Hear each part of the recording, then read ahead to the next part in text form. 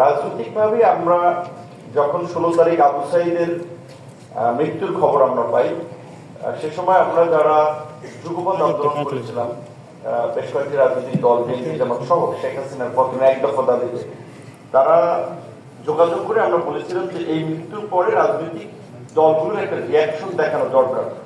তখন একটা সিদ্ধান্ত হয় যে 17 তারিখ গায়েবানা জানাজা এবং বাইতুল মোকাররমে গায়েবানা জানাজা পড়তে বিএনপির মহাসচিব মির্জা ফখরুল ইসলাম আলমগীর সহ অনেক নেতৃবৃন্দ আসেন, আমরা নাকি ঢুকতে পারিনি। 18 তারিখ আমরা কর্মসূচি ছিলাম, মঞ্জু ভাই এখানে ছিলেন, কালো পতাকা মিছিল সারা দেশে শিক্ষার্থী প্রতিষ্ঠানে বা শিক্ষার্থীদের উপর হামলার প্রতিবাদ। 19 তারিখে আমরা আবার আলাপ করে, শুক্রবার ছিল, সবাই জয়েন করতে হবে কর্মসূচিতে। সেদিন একটা কর্মসূচি, বিক্ষোভ কর্মসূচি দেওয়ার কথা হয়, রাজনৈতিকভাবে আলোচনা হয়। তখন গণমিছিলের কর্মসূচি দেওয়া হয় এবং ওই কর্মসূচিতে অংশগ্রহণের জন্যই মূলত আমি শুক্রবার দিন ছিল বাসা থেকে একেবারে উজু করে নামাজের প্রস্তুতি নিয়ে বের হয়েছে, নামাজ পড়বো বাইতুল মোকাররমে। কিন্তু আমি বাড্ডা থেকে আমার বাসা মহানগর প্রজেক্ট, ওইখান থেকে আসলে বের হওয়ার পথেই দেখতেছি যে ধাওয়া পাল্টা ধাওয়া এবং বিল্ডিং এর উপর থেকে বিচ্ছিন্ন ভাবে গুলি এসে পড়তেছে। এবং তখন 12:30টার মতো বাজে, তখন ক্লাস 10 একজন শিক্ষার্থী রাস্তায় গুলিবিদ্ধ হয়। তখন তাকে নিয়ে সবাই খুব অস্থির হয়ে পড়ে। তখন আর আমি সামনে আগাতে পারলাম না, আসলে যে এইভাবে গুলি এসে পড়ছে, এখন আমি যে যাবো হেঁটে, কারণ তখন তো গাড়ি বন্ধ, যাওয়া লাগবে হেঁটে ওখান থেকে। তখন ভাবলাম নামাজ এখানে পড়ি, তারপরে বের হবো। ওইখান থেকে নামাজ পড়ে মূলত ওই দিন বের হয়ে হাঁটতে হাঁটতে মালিবাগ, আমার সাথে খালি একজন ছিল, যে সাধারণ পাবলিকের মতো হেঁটে যাবো, কয়েকজন পাশে থাকলে অনেকে বুঝতে যে এটা আমরা মাস্টার্স পড়া। ওই সময় ইসলামী ব্যাংক হসপিটালের সামনে আসলে আমিও জাস্ট ইসলামী ব্যাংক হসপিটাল থেকে কালভার্ট রোড, ওইখানে আমাদের কার্যালয়, ওইদিকে আমাদের মিছিলের কথা। তার আগের দিন রাতে সবাইকে মেসেজ করে দিয়েছি যে সবাই দুপুরে বাসা থেকে খেয়ে বের হবেন, জুমার নামাজ পড়বেন কল করে, যেহেতু মিছিল কর্মসূচি ওখানে। ওইখানে যাব, আমার মানে কিছু বুঝে ওঠার আগেই দেখি একজন পড়ে গেছে। কোথেকে ঢিল এসে পড়েছে না কি পড়েছে সেটা কার কিন্তু যায় না। পরে দেখে একেবারে তার এখান থেকে মানে সাদা, আসলে আমি তো টাচ করে দেখিনি মগজ না কি বেরোচ্ছে, সাদা একেবারে রাস্তার ওখানে। সাথে তখন ইসলাম ব্যাংক হসপিটালের স্টাফরা 2-4 জন আগে তাকে নিয়ে আসলো। আমরা একটা হসপিটাল দেখলাম, এভাবে গুলি চলছে, একটু হসপিটালে দাঁড়ালাম। তার কিছুক্ষণ পরে থেকে আরো একজন মহিলাকে নিয়ে আসছে। পরে ওনার কাছে শুনলাম যে উনি সেগুন বাগিচা বাসায় গুলিবিদ্ধ, বাসার জানালার ফাঁক দিয়ে হয়তো দেখছিলেন কিছু এই বর্বরতা বা পুলিশের অ্যাক্টিভিটিস, সেখানে গুলিবিদ্ধ হয়েছে। তখন ওই পরিস্থিতিতে আর আমরা সামনে আগাতে পারি এই কার্যত। তখন রাতে যখন বাসায় ফিরি, তখন মনে হচ্ছে যে এই পরিস্থিতির পরে যদি আসলে আমরা পরিবর্তন না করতে পারি এবং প্রতিরোধ গড়ে তুলতে না পারি, তাহলে কার্যত আমাদের কারোই রেহাই নেই।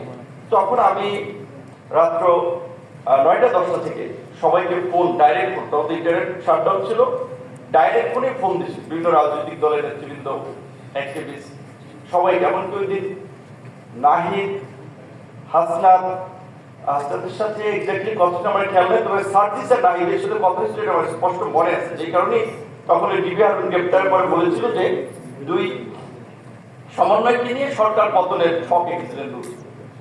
তো তারপর আমি ওদেরকে বলেছিলাম যে দেখো, এখন যে পরিস্থিতি, এখন তোমাদের সুযোগ এসেছে জাতির নেতৃত্ব দেওয়ার, তোমরা জাতির হিরো।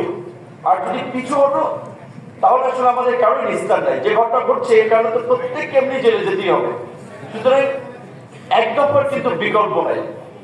তো এবং আমার যার সাথেই কথা বলার মোটামুটি আমি বলেছি এবং আমি ধরে নিয়েছিলাম যে আজকে অ্যারেস্ট হতে পারি। কথা বলে শেষ করছি আপনার তখন 2:15 বাজবে। ঘুমাই নেই, বিছানায় যেটা বলে আর কি, সমস্ত গা এলিয়ে দেওয়া ওরকম ছিলাম। তারপর দরজায় ধাক্কাধাক্কি শুনতে পেলাম। কিছু বুঝে ওঠার আগে, আসলে প্রস্তুতি নেওয়ার আগে তারা একেবারে দরজা ভেঙে ভিতরে ঢুকে গেল। আর আমি তখন একটা ট্রাউজার পরা ছিলাম এবং আমার বাসায় একটা, যেটা হয় আমরা রাতে পুরানো কাপড় পরে ঘুমাই, একটা পোশাক ছিল এবং আমার একটা ছোট বাচ্চা আছে, কারণ তো প্রস্রাব করে দেওয়ার ফলে আমার ফিরে ছিল বাম পাশে এক সাইড একটু ভিজে। তো আমাকে জাস্ট কি বলবেন যে আপনার শিকার যেভাবে ধরে, চিল যেভাবে সোল মেরে ঠিক ওইভাবে এমন ভাবে ঢুকছে এখানে একটা মানে টি শার্টের বলতলের পুরুষটা একটা বাটন ছিঁড়ে গেছে। তখন আমি বললাম ভাই এটা একটু পড়তে হচ্ছে, আমি একটু চেঞ্জ করে দিই। পরে আসলে এই কথা বলার পরে ওইখানেই কার্যত আমাকে ওইখানে আমাদের বাসায় একটা ওয়ার্ডরোব আছে, ওটা এমন ভাবে ধাক্কা মেরেছে তো মানে হচ্ছে মানে গেট দিয়ে বের করার জন্য। বুঝছি যে আমাদের সাথে আর কোনো কথা বলে শোনা হবে না। তখন আমার ওয়াইফকে আমার হাত ধরে রাখছে, শরীরে টানাটানি করতেছে। তো আমি তাদের সান্ত্বনা দেওয়ার চেষ্টা করলাম যে আসলে কিছু হবে না, ওরা নিবেই, তো বি ইজি। এখান থেকে টানা চেষ্টা করে বাসার নিচ পর্যন্ত আমি জুতা পরে বলছি আমি জুতাটা পরে নিই। খুব রাফ ভাষা অনেক যেটা বলছে, খুব বলার মতো না, খুব জুতাও পরার সুযোগ দেন, এক প্রকারের টেনে আসলে জাস্ট নিচে নামালো। প্রিজন ভ্যানে প্রিজন ভ্যান নয়, আমি ততক্ষণ পর্যন্ত চোখ খোলা ছিল, আমি দেখেছিলাম র্যাব ছিল, তাদের সাথে ডিবি ছিল। আর সাধারণত নিয়ম যে যেখানে তারা অ্যারেস্ট করতেছে পুলিশও থাকে দু একজন। গাড়ির মধ্যে উঠেই কিন্তু আমাকে জাস্ট একবারে কালো টুপি পড়াইছে। তখন আসলে আমার তো এই ধরনের এক্সপিরিয়েন্স হয় নাই। তখন আমি ভেবেই নিয়েছিলাম যে এমনি এই ধরনের পরিস্থিতি, বিভিন্ন জায়গায় বিল্ডিং এর ছাদ থেকে গুলি লেগে মানুষ মরছে, সো বোধহয় আজকে হয়তো হয়তো দেখা যায় ওরা গুলি করে মেরে বলবে যে মারা গেছে কোনোভাবে। কারণ ওই সময় তো টেলিভিশন পত্র পত্রিকায় তারা যেভাবে বয়ান বা ন্যারেটিভ দিবে ওইভাবে তারা লিখবে। আমি তখন আপনার আসলে কার্যত যেটা মুসলমান হিসেবে আমরা দোয়া দরুদ পড়তেছিলাম, আল্লাহর কাছে ক্ষমা চাইতেছিলাম যে বোধহয় এটাই লাস্ট দিন। কতক্ষণ পরে গাড়ি স্টার্ট করলো, খুব হাই মিউজিক, আমি জানি না, অর্থাৎ পরে আমি বুঝতে পারছিলাম যে আমাকে কোথায় নিয়ে যাওয়া হচ্ছে। মানুষের সেন্স অনেক ক্ষেত্রে ধরেন একটা পরিচিত জায়গা দিয়ে আমার যদি হাতিরঝিল কিংবা গুলশান কিংবা ধানমন্ডির দিকে নিয়ে অনেক এলাকা আমরা ওই এলাকার গাড়ির হর্ন সাউন্ড, বিভিন্ন প্রেক্ষাপট, নীরবতা, এগুলো থেকে আমরা ট্রেস করতে পারবো যে হয়তো আমি এই এলাকায় আছি।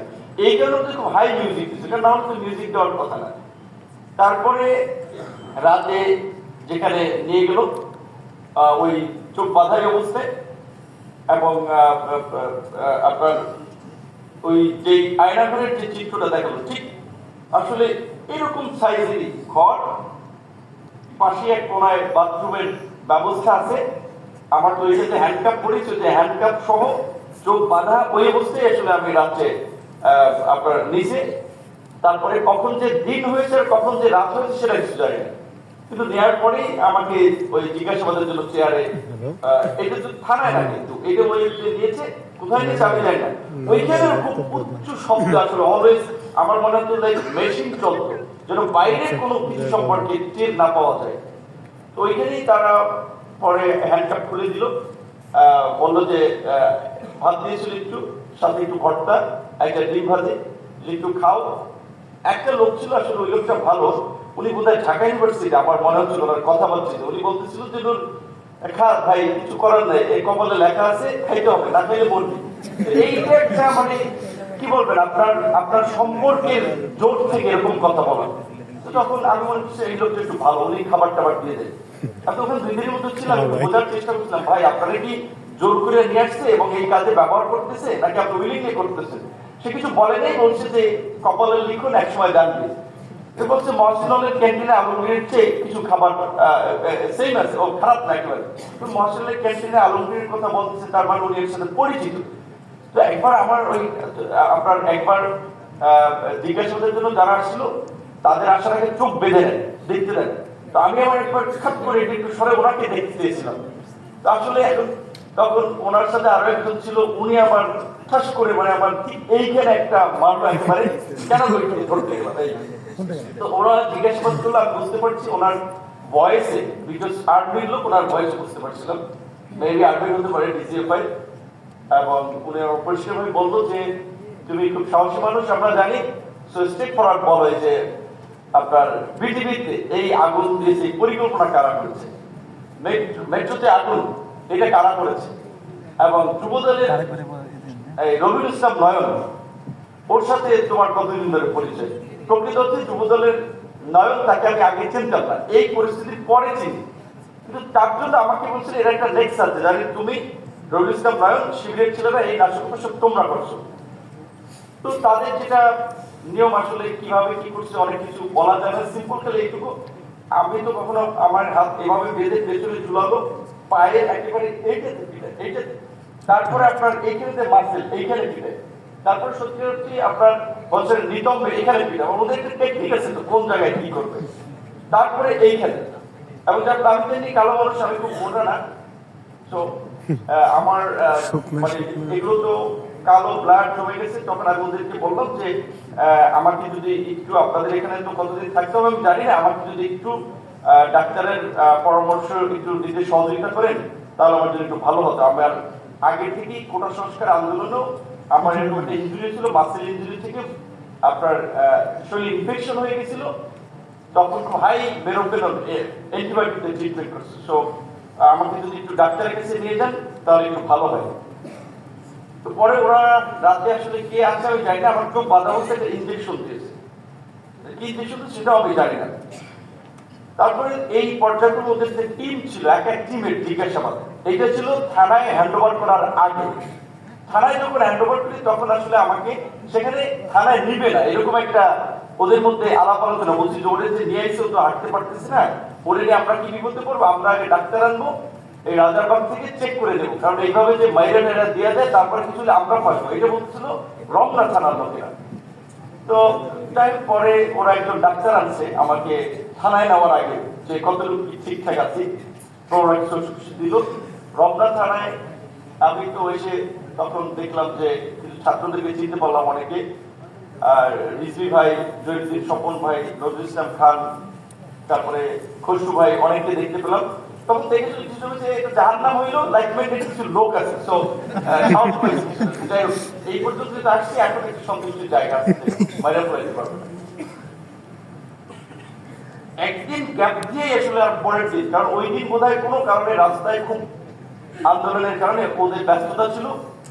পরের দিন যখন জিজ্ঞাসাবাদ করতে আমার নিয়ে যায়, বলছে তুমি আসছো, এটা আমরা খবর পাইছি কিন্তু ব্যস্ত ছিলাম, আজকে থেকে তোমার মিশন শুরু। এবং আমার প্রতি মনে হচ্ছে তাদের ব্যক্তিগত ক্ষোভ ছিল, খুব আক্রোশ ছিল। বলবো একজন একজন বলতে, স্যার সবাই তো বঙ্গবন্ধুর নামটা সম্মানের সাথে বলে না, শেখ হাসিনার নামের আগে মাননীয় বলে না, মানে খুব চাই মানে এরকম ভাবে কথা বলছে, নেতা হয়ে গেছে। তো ওরে স্যার সহজে কিন্তু ছাড়া যাবে না, এক একজনের ট্রিটমেন্ট এক এক ধরনের।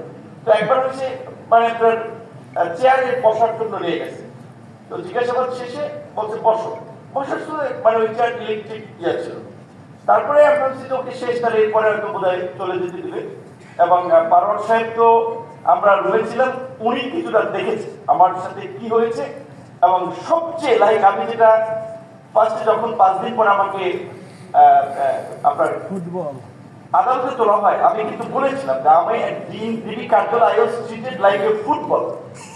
কতক্ষণ পর পর এক এক টিম ডাকে, এবং একবার তো ঝুলাইছে, মানে ঝুলিয়ে তারপরে ওখান থেকে শুনছি যে তারেক রহমানকে নাকি অনিলেবেল এরকম ভাবে তার মেরুদণ্ডে করছে। আমি খুব মানে একদিকে মেন্টাল তো একটা টর্চার আছে, শারীরিক ভাবেও কিন্তু প্রমাণ এক টিম মানে তাদের প্রতিযোগিতা, বিশেষ দীর্ঘদিনের যেটা মানে ঝাল মিটানো আমার প্রতি আর কি। পরে একবার আমি একজনকে বললাম যে ভাই আমাকে তো আজকে 2 টিম আপনাদের ডেকে আনছে, আমাকে একটু কালকে ডাকেন, আমি দাঁড়াতেই তো পারছি না। বলছে তুমি যে দাঁড়াই এই পর্যন্ত আসো, এইটাই তো তুমি বোনাস, তুমি এখন এইভাবে দাঁড়াই আছো। সর্বশেষ অনেকগুলো তো ঘটনা আছে, আপনার আমাদের ডিবি কার্যালয়ের অ্যাডমিন ছিল ডিবির এডিসি, তার নাম ছিল শাহিন শাহ। ওই পুরো ডিবি কার্যালয়ে সে আসলে খুব 2 রুমের লোকজন খুব তটস্থ ছিল, লাইক খুব ফেরোসাজ তার আচরণ ছিল।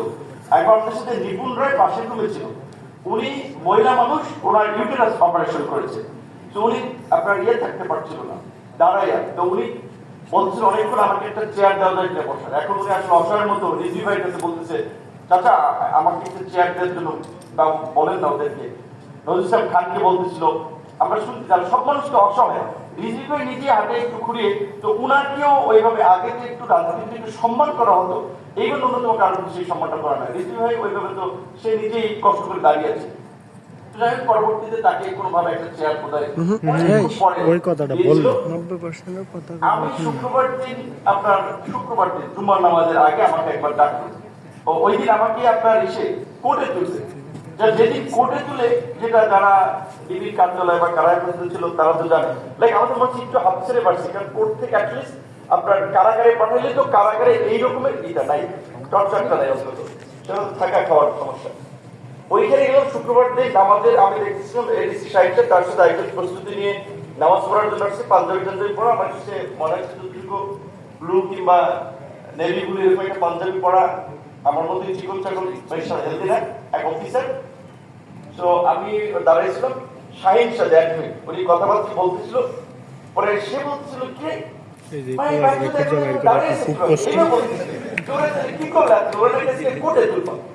এইটা বলে ওদের প্রত্যেকের হাতে আপনার ওই যে মোটা যে লাঠি থাকে, পাশে লাঠি ছিল, লাইক মনে করেন কি বলবেন যে তার একটা ইয়ে ছিল। সে তখন আমার যে হ্যান্ডকাপ হাত, ওদের সে হ্যান্ডকাপ পিটানি শুরু করলো একদম। এটা যেদিন কোর্টে তুলবে সেই দিন, পরে আমি যখন কোর্টে তোলার পরে আমি তো ইয়াকে বলছি যে বিচারক ছিল, বলছি যে আপনি আমার টি শার্টটা আমি খুলে দেখাই, আপনি দেখেন আমার গায়ে তো কালো দাগ পড়ে রয়েছে, আমাকে ট্রিটমেন্ট দেখালে তো পছন্দ ধরবে, আমাকে একটা ট্রিটমেন্ট দেন তারপরে রিমান্ড দেন। আমাকে তো সেকেন্ড হাফে আবার আপনার রিমান্ড দিল। এই আপনার কারাগারে যাওয়ার পর ওইখানে শুনেছি যে উনি কারাগারের যে আপনার জেল সুপার, ওই ঢাকা ইউনিভার্সিটির ছাত্র সুভাষ আমলি ছাত্র পাবো। আমি ডাকসু বিপি ছিলাম 28 বছর পরে, অথচ একটা ভালো রুমে থাকতে দেবে এইটুকু তো ব্যবস্থা করবে। আক্তারের কথা বলেছে আমাদেরকে ফাঁসির সেল, ফাঁসির আসামিদের যে সেল, ওইটা আপনার পরিত্যক্ত ছিল এক প্রকার, সেইখানে আমাদেরকে আসলে রেখেছিল। রুমগুলো আগে ব্যবহার হয়নি তো, ময়লা তারপরে গন্ধ ওর মধ্যে রেখেছিল। আমার প্রথম দিন ছিলাম নিচে, এখন নিচে এত গন্ধ, আমি তো আসলে দম বন্ধ হয়ে মারা যাচ্ছিলাম মনে হয়। এবং রাতে হঠাৎ করে শ্বাসকষ্ট দেখা গেল, পরে হসপিটালে নিয়েছে ওরা। সকালবেলা আমি ওনাকে খবর পাঠাইলাম যে ওনাকে যদি একটু দেখা করে বললেন, ওনাকে আমি একটু ঢাকা বিশ্ববিদ্যালয়ের ছাত্র ছিলাম, ওনার সাথে একটু কথা বলতে অধিকটা দায়িত্ব। তো ওই কয়েকদিন আশেপাশে নেই, পরে খবর পাঠাইলাম যে একটু আমার রুমটা যদি 2 তলায় দিতে পারে সেটা দিয়ে। এবং আরেকটা আমার সাথে জেলখানায় একটা মানসিক টর্চার ছিল, জেলের আসামি আপনার যারা কারা বন্দী থাকে তাদেরকে একটা সময়ের জন্য হাঁটতে সময় দেয় একটু, সকালে এবং বিকেলে। সবাইকে যখন ছেড়ে দিত আমাকে তখন আটকে রাখতো, যে বিশেষ করে আন্দোলনের কিছু নেতৃবৃন্দকে বা আন্দোলনকারী যাদেরকে গ্রেপ্তার, এদের সাথে গ্রেপ্তার করতো। তো আমি একটু কথা বলবো, কারণ কথা বলবো যেন কথা বলতে না বলতে, এটা মানসিক টর্চার। সবাইকে ছেড়ে দিতে, যারা একটু বেটার হচ্ছে কথা বলতেছে, আমি বের হতে পারছি না। আবার যখন আমাকে ছেড়ে দিচ্ছে একা একা কোন রুমের সামনে গিয়ে কথা বলবো, সিসিটিভি ক্যামেরা আছে, যে লাইক তাহলে তারও পানিশমেন্ট করবে। তো ইন্টারেস্টিং বিষয় হচ্ছে যেদিন শেখ হাসিনা পালিয়ে যায়, সেদিন একজন কারারক্ষী মহিউদ্দিন নামে উনি এসে বলেন ভাই গেছে। তো বিশ্বাস করতে পারছিলাম কি বলে, তখন সম্ভবত 2:45, আমার এক্সাক্ট নাম বলছিলাম টাইমটা দেখে 2:45 এরকম হবে, বলছে গেছে। আমি বিশ্বাস করতে পারছিলাম। আরো মানে আরেকজনকে, 2জন ছিল, ওরা আমাকে চেনার কারণে একটু ভালো ব্যবহার করতো। বললাম ভাই আসলে কি গেছে? বলছে গেছে। পরে শুধু আমার পেছনের বিল্ডিং এ ছিল বাবুর ভাই, ওনার নাকি একটা ডিভাইস রয়েছে, আপডেট পাওয়ার জন্য আছে, ওইখানে চিল্লা পাল্লা করে ভাই শিওর গেছে? বলছে হ্যাঁ হ্যাঁ হ্যাঁ। তখন আমরা জানতে পারলাম গেছে। পুরো জেলে একটা জাগরণ ঘটে গেল। এখন তার কতক্ষণ পরে আমাকে বললো যে একজন ইয়াইসা আপনার কারণ কি আছে, স্যার বলতেছে স্যার আপনি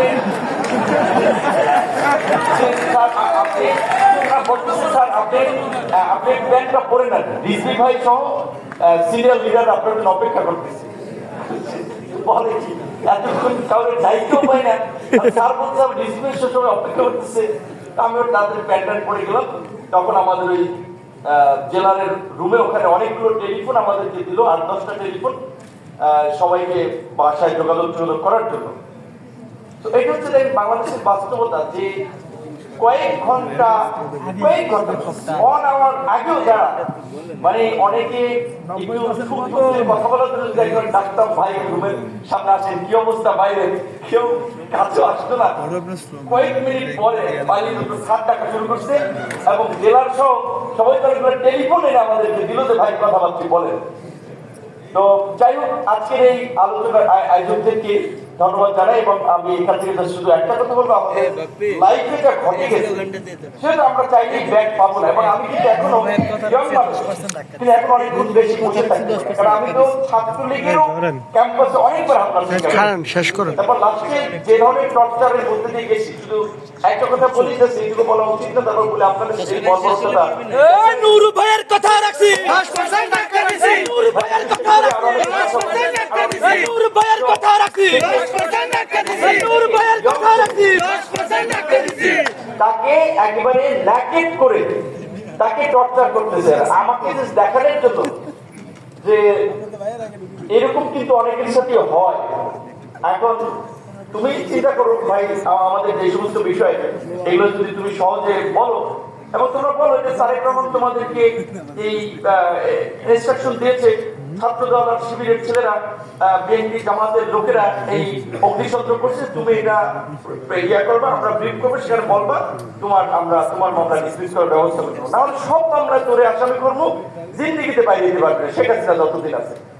তো এখন এই রকমের মানে একটা পরিস্থিতিতেও কিন্তু আমরা কম্প্রোমাইজ করিনি, একেবারে ফুল জীবনের ঝুঁকি নিয়ে। কারণ যখন 1 আগস্ট আমার কিছু সাংবাদিকরা বলছিল, ভাই আন্দোলন তো ঝিমিয়ে পড়তেছে, কিছু বলেন, তখন কিন্তু একটা ঝুঁকি নিয়ে বলছে 90% বন্ধ হয়ে যাবে, 10% জাগ্রত করার জন্য। তো আমরা চাই না, একটা কথা যে বাংলাদেশ আর ফিরে আসুক। আমাদের একজন মাদ্রাসা শিক্ষার্থী ভাই বলেছে, না থানায় তাকে যুবলীগের ছেলেরা গিয়ে মেরেছে। তো আমরা চাই না আবার এখন আমাদের সরকার, আমরা কাউকে গিয়ে থানায় মারবো, কিংবা পরবর্তীতে পলিটিক্যাল সরকার হবে, পুলিশ আবার কারো পলিটিক্যাল ওয়েপন হবে, যেটা এর সাথে শুনে রাখি পুলিশকে এর সাথে পেটাও বাহিনী, খালেদা জিয়ার পেটাও বাহিনী বলতো, আওয়ামী লীগের সময় আওয়ামী লীগের পেটাও বাহিনী বলতো। এখন এই পুলিশ কিংবা প্রশাসনের যে ক্যারেক্টার, কর্মপদ্ধতি, এগুলো খুব বেশি পরিবর্তন হয়। আমার খুব ভয় হয়, যাই বলেন সামনে বোধহয় আমরা কিছু পরিবর্তন হয়তো লক্ষ্য করবো, কিন্তু এই প্র্যাকটিসটা বোধহয় পুরোপুরি বিলুপ্ত হচ্ছে না। তো অন্তর্বর্তীকালীন সরকারকে ঘিরে আমাদের খুব আশা ছিল এই মৌলিক জায়গাটাতে রাষ্ট্র ব্যবস্থা অন্তত পরিবর্তন আসবে। আমাদের 2 জন সম্মানিত উপদেষ্টা আছে, তাদের প্রতি এই যে আহ্বান, আমরা ভবিষ্যতে কি এমপি মন্ত্রী হই না অ্যাক্টিভিস্ট হিসেবে থাকি সেটা ম্যাটার না, আমরা একটা নিরাপদ রাষ্ট্র এবং সমাজ ব্যবস্থা চাই, যেখানে প্রত্যেক নাগরিক তাদের মর্যাদা এবং অধিকার নিয়ে বাস করবে। সেইটুকু অন্তত আপনারা এই সময়ের মধ্যে যতটুকু পারেন আমাদের এই যে আপনাদের